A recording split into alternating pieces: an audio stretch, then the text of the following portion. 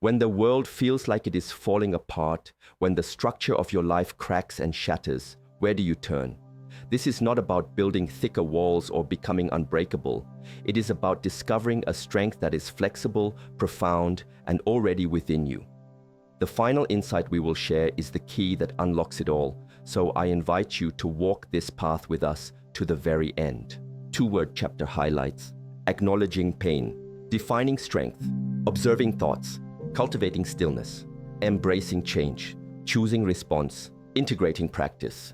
Acknowledging pain, we must begin where we are. And often when life breaks us, we are in a place of deep pain. It is a fundamental human experience. There is a tendency, a teaching in modern society, to immediately run from this pain. We are taught to distract ourselves, to numb it, to pretend it is not there, to put on a brave face and carry on as if nothing has happened. But what happens when we do this? The pain does not disappear. It simply goes deeper. It becomes a splinter lodged in our consciousness that festers and infects all of our other experiences. The first step towards true strength, then, is not to run. It is to turn around with courage and compassion and to face what is there. It is to acknowledge the pain in its fullness. This acknowledgement is not a surrender to despair. It is a profound act of self-respect. It is saying to yourself, I see that you are hurting. I recognize this difficulty. I will not abandon you in this moment. Imagine a small child who has fallen and scraped their knee. If you tell the child, you are not hurt, stop crying, get up, you invalidate their reality. The child learns that their feelings are wrong. But if you sit with them, hold them, and say, I see you are hurt, let us look at it together, you provide a space for healing to begin. We must learn to offer ourselves this same compassion. We must give ourselves permission to feel broken, to feel the sharp edges of our shattered expectations without judgment. The pain itself is a powerful messenger. It is a signal from the deepest part of our being that something is out of alignment. It is an invitation to look closer. When a physical part of our body hurts, we do not ignore it. We investigate. We ask, what is the cause of this pain? What does this part of my body need in order to heal? We must apply this same gentle, investigative curiosity to our minds and our hearts. When we are broken by life, we can ask, what has been broken? Was it an attachment, an expectation, a belief about the world that was not true? By sitting with the pain, we allow the message to become clear. This process is not easy. It requires a quiet courage. The temptation to turn away will be strong. The mind will want to create stories, to blame others, to fall into patterns of anger or victimhood. This is all part of the process. The practice is to simply notice these tendencies without being carried away by them, to sit, to breathe, and to allow the raw sensation of the pain to be present. In this space of pure, non-judgmental awareness, something remarkable begins to happen. The pain, once seen and acknowledged, begins to lose its power over us. It is no longer a monster in the dark, but simply a sensation, a visitor that has come to teach us something important about ourselves. This is the foundation upon which all true strength is built. Defining strength, our culture has given us a very specific, and I believe, a very misleading definition of what it means to be strong. We are often shown the image of the mighty oak tree, rigid and unyielding, standing firm against the storm, or the image of a fortress with high, thick walls, impenetrable to any outside force. We are taught that strength is hardness. It is the ability to resist, to not show emotion, to never be bent or swayed. So we spend our lives trying to become this oak tree. We build walls around our hearts. We learn to suppress our vulnerability because we believe it is a weakness. And then the storm comes, a storm that is bigger than any we have ever faced. And what happens to the rigid oak tree in a hurricane? It cracks, it splinters, it breaks. What happens to the fortress when the earth itself shakes? The walls crumble. This definition of strength is a recipe for shattering. True strength, the kind of strength that can endure the inevitable storms of life, is not found in rigidity. It is found in flexibility. Consider the bamboo. When the wind blows, the bamboo does not resist. It bends, it sways, it yields to the force of the wind, sometimes bending so low that its top touches the ground. An onlooker might think the bamboo is weak, that it has been defeated, but when the wind passes, the bamboo gracefully returns to its upright position. It is unbroken. It has adapted. It has absorbed the energy of the storm and remained whole. This is a more useful, a more sustainable model for our own minds. To cultivate this kind of strength means we must unlearn our obsession with being unbreakable. It means we must embrace the profound power of yielding. This is not weakness. It requires immense internal stability to be able to yield without losing your center. When someone criticizes you, the rigid response is to become defensive, to build a wall of anger or justification. The flexible response is to listen, to let the words wash over you without immediately identifying with them, to see if there is any truth to be found, and to let go of the rest without being disturbed. This is the strength of the bamboo. It is rooted, but it is not rigid. This mental and emotional flexibility is a skill. It is not something we are born with. It is something we cultivate through practice. It begins with noticing our own rigidity. Where in our lives are we like the oak tree? In our opinions, in our expectations of others, in our plans for the future? When we identify these points of rigidity, we can begin to intentionally practice softening. We can practice listening more than we speak. We can practice considering alternative perspectives. We can practice letting go of our need to be right. Each time we do this, we are strengthening our bamboo mind. We are training ourselves to bend with the winds of change rather than being broken by them. This is the resilience that allows us not just to survive life's challenges, but to learn from them and continue our journey with grace. Observing thoughts. One of the primary reasons we suffer so deeply when life breaks us is because we become completely fused with our thoughts and emotions. A thought of despair arises, and we do not just observe it, we become it. We say, I am a failure, not I am having the thought that I am a failure. A feeling of anxiety appears, and we do not see it as a passing energy. We believe that I am an anxious person. We become so entangled in the commentary of our own minds that we cannot see any space between who we are and the stories our minds are telling us. This fusion is like being caught in a raging river, tossed and turned by every current, with no sense of solid ground. The practice of observing our thoughts is the practice of learning to step out of the river and sit peacefully on the bank. Imagine you're sitting and looking up at a vast blue sky. This sky is your fundamental awareness, your true self. It is spacious, clear, and always present.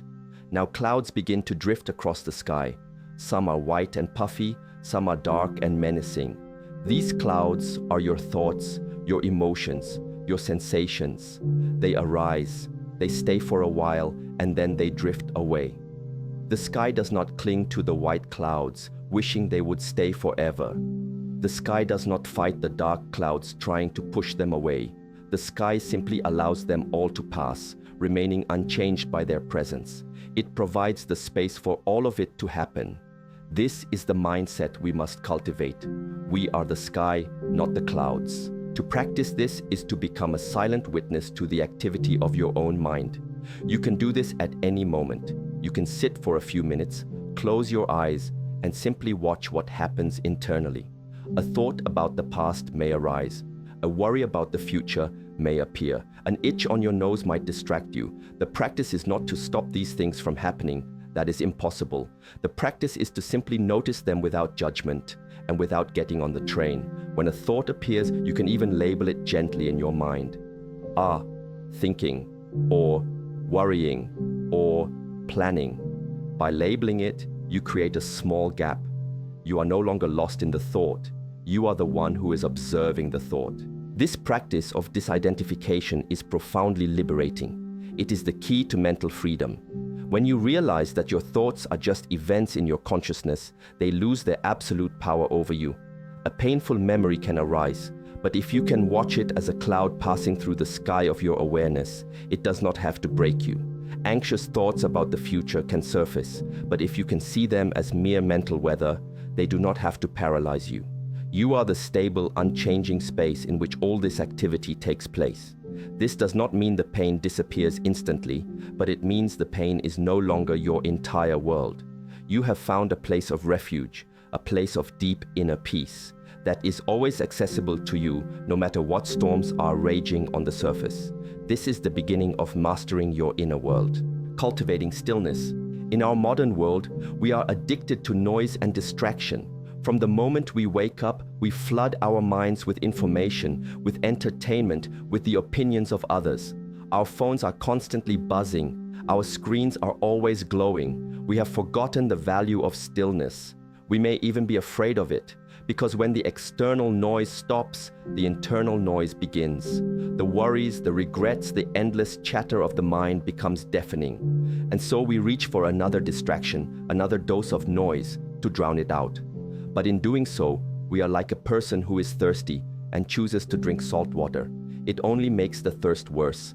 The path to clarity and strength is not through more noise, but through the intentional cultivation of inner stillness. Think of a glass of water filled with mud and sand. If you are constantly shaking the glass, the water will always be cloudy. You will never be able to see through it. No amount of shaking will make it clear. But what happens if you simply place the glass on a table and let it be still? Slowly, patiently, without any effort on your part, the mud and sand begin to settle. They drift down to the bottom, and the water, of its own accord, becomes clear. Our minds are exactly like this glass of water. When we are constantly agitated by external stimuli and internal reactivity, our minds are cloudy. We cannot think clearly, we cannot see our situation for what it is, and we make decisions from a place of confusion and fear. The practice of cultivating stillness is the practice of setting the glass down.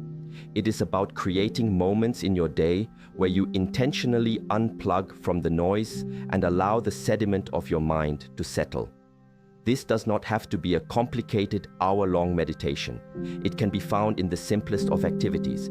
It can be found in the 5 minutes you spend drinking a cup of tea, doing nothing else but feeling the warmth of the cup and tasting the liquid.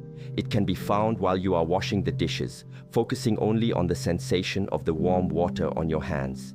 It can be found by simply sitting in a chair and watching your breath go in and out for 1 minute. These are small pockets of stillness that we can insert into our busy lives. In these moments of stillness, we are not trying to achieve anything. We are not trying to force our minds to be quiet. That would be like shaking the glass of water again. Instead, we are simply creating the conditions for quiet to arise naturally. We let go of the need to do, to fix, to figure everything out, and we simply allow ourselves to be. It is in this being, in this stillness, that our inner wisdom can finally be heard. Solutions to problems appear not when we are frantically thinking about them, but when we have let go and allowed our minds to become clear. Strength is not found in frantic action, but in the calm, centered clarity that is born from a still mind.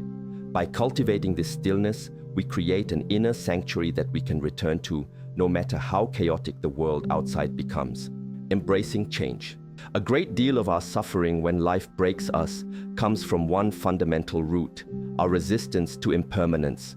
We want things to stay the same. We find a relationship, a job, a state of health that we enjoy, and we cling to it with all our might. We build our identity and our security around these external temporary forms. We operate under the illusion that we can build a permanent structure on an ever-changing landscape. And then, inevitably, change comes. The relationship ends, the job is lost, our health declines. And because we have attached our entire sense of self to these things, when they change, we feel that we ourselves are breaking. We are fighting a battle we can never win, because we are fighting the very nature of reality itself. The universe is in a constant state of flux. Nothing is permanent. The seasons change, the stars move, our bodies age, our thoughts come and go. Life is like a river. It is always flowing, always moving. To resist this flow is like trying to build a dam in the middle of a powerful river with your bare hands. It is exhausting, and ultimately, it is futile. You will be swept away. The wisdom lies not in resisting the flow, but in learning to flow with it. It is to understand on a deep level that everything is temporary. This is not a pessimistic or nihilistic view. On the contrary, It is what gives life its preciousness and its beauty. We appreciate the warmth of summer precisely because we know winter is coming. We cherish a moment with a loved one because we know that moment will not last forever. Embracing change means loosening our grip.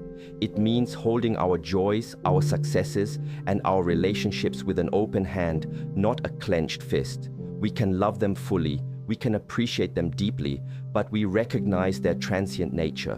When we do this, we are not as shattered when they change form. The pain of loss may still be there, but it is not compounded by the shock and outrage of our shattered expectations. We have already made peace with the fundamental truth that all things must pass. This acceptance is a source of profound and unshakable strength. It is an alignment with reality itself. This practice begins with observing impermanence in the small things. Notice the way a cloud changes shape in the sky. Notice the way a flower blooms and then withers. Notice the way a thought arises in your mind and then disappears. By repeatedly turning our attention to the transient nature of things, we train our minds to accept this truth. We are repatterning our consciousness away from clinging and towards acceptance. When the big changes come, the big storms, we will have already practiced. We will have already built the mental muscle of letting go.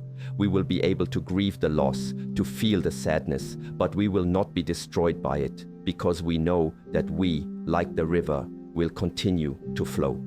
New landscapes will emerge, and new moments will arise. This is the great freeing wisdom of embracing change. Choosing response. One of the most empowering realizations we can have on this path is understanding the difference between what happens to us and how we respond to what happens to us. For most of our lives, we believe that these two things are the same. A negative event occurs and an automatic negative reaction follows, as if it were a law of physics. Someone insults us and we feel anger. We lose something and we feel despair. We fail at a task and we feel shame. It seems that the external event is the direct cause of our internal state.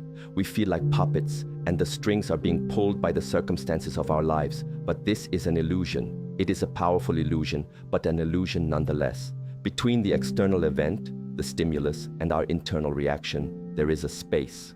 This space, no matter how small it may seem at first, is where our true power and our freedom lie. In this space is our ability to choose our response. The event itself may be outside of our control. We cannot always control the economy, the weather, the actions of other people, or the processes of our own bodies. Life will inevitably present us with challenges, with pain, and with loss. To believe we can control all of these things is to set ourselves up for constant frustration. But what we can always control is the meaning we assign to these events and the response we choose to have. The breaking itself is not what defines us. What defines us is what we choose to do with the pieces. Viktor Frankl, a man who survived the unimaginable horrors of the concentration camps, spoke of this with profound clarity. He said that everything can be taken from a person but one thing, the last of the human freedoms. To choose one's attitude in any given set of circumstances, to choose one's own way. In the most extreme conditions, he and others discovered that even when they had no control over their external reality, they retained the power to choose their internal response. They could choose to find meaning, to show compassion, to maintain their inner dignity. This demonstrates that our ultimate strength is not dependent on our circumstances, but on our inner choices. Cultivating this ability to choose requires the skills we have already discussed. It requires the stillness to notice the space between stimulus and response. If our minds are a chaotic storm, we will react automatically on instinct. But if we have cultivated a clear, still mind, we can perceive that moment of choice. It requires the practice of observation. We must be able to watch our initial habitual emotional reaction arise without immediately acting on it. We can see anger appear and say, anger is here. Now how do I choose to respond? Will I add more anger to the world or will I choose a different path? This is not about suppression, it is about conscious, intentional action. It is the difference between being a thermostat, which simply reacts to the temperature, and being a thermometer, which sets the temperature. By mastering this space, we take back the controls of our inner world. We become the creators of our experience, not the victims of it. Of integrating practice. The journey of training the mind is not a destination. It is not a place we arrive at where we are suddenly strong and will never feel pain or difficulty again. It is a continuous, lifelong practice. It is like tending a garden. You cannot simply plant the seeds and then walk away, expecting a beautiful harvest. The garden requires constant, patient, and loving attention. You must water the plants, pull the weeds, and enrich the soil day after day, season after season. Our minds are this garden. The practices of acknowledging our pain, of cultivating flexibility, of observing our thoughts, of finding stillness, and of choosing our response, these are the ways we tend to our inner garden. This integration into daily life is where the real transformation occurs. It is not enough to understand these concepts intellectually. To read them in a book or hear them in a talk might plant a seed, but the seed will not grow without practice. The practice is found in the ordinary moments of our lives. It is how you respond to the person who cuts you off in traffic. That is a chance to practice choosing your response. It is what you do when you feel a wave of anxiety while waiting in line at the store. That is a chance to practice observing your emotions. It is how you interact with a family member who is upsetting you. That is a chance to practice flexibility and compassion. Every moment of every day becomes our training ground. We must be patient with ourselves in this process. There will be days when the garden is overrun with weeds. There will be days when we forget to water the plants. We will fall back into old patterns of reactivity, of rigidity, of being lost in our thoughts. This is not a failure, it is part of the path. The practice is to simply notice when we have strayed and with gentle compassion to begin again. Each time we fall and get back up, we are strengthening our resolve. Each time we notice our reactivity and choose a different way, we are deepening the grooves of a new, more skillful habit. It is the consistency of the practice, not the perfection of it, that matters. This path is not about becoming someone else. It is not about attaining a superhuman state of emotionless perfection. It is about becoming more fully ourselves. It is about uncovering the strength, the clarity, and the compassion that are already part of our fundamental nature, but have been obscured by layers of conditioning, fear, and distraction. By tending to our inner garden, we are simply allowing our own innate wisdom to blossom. The brokenness we experience in life is not the end of our story. It is the fertile ground from which a new, more resilient, and more compassionate self can grow. The strength we seek is not something to be acquired. It is something to be remembered, to be uncovered, and to be lived, one moment at a time. This is the journey. It is not about avoiding the storms of life, for the storms will surely come. It is about learning to be the calm, unshakable center within the storm. It is about realizing that you are not the fragile vessel that is being tossed by the waves. You are the vast, deep ocean itself. The strength to endure, to adapt, and to grow has been within you all along. The path is not to build something new, but simply to return to the profound peace and unwavering stability that is and always has been your truest nature.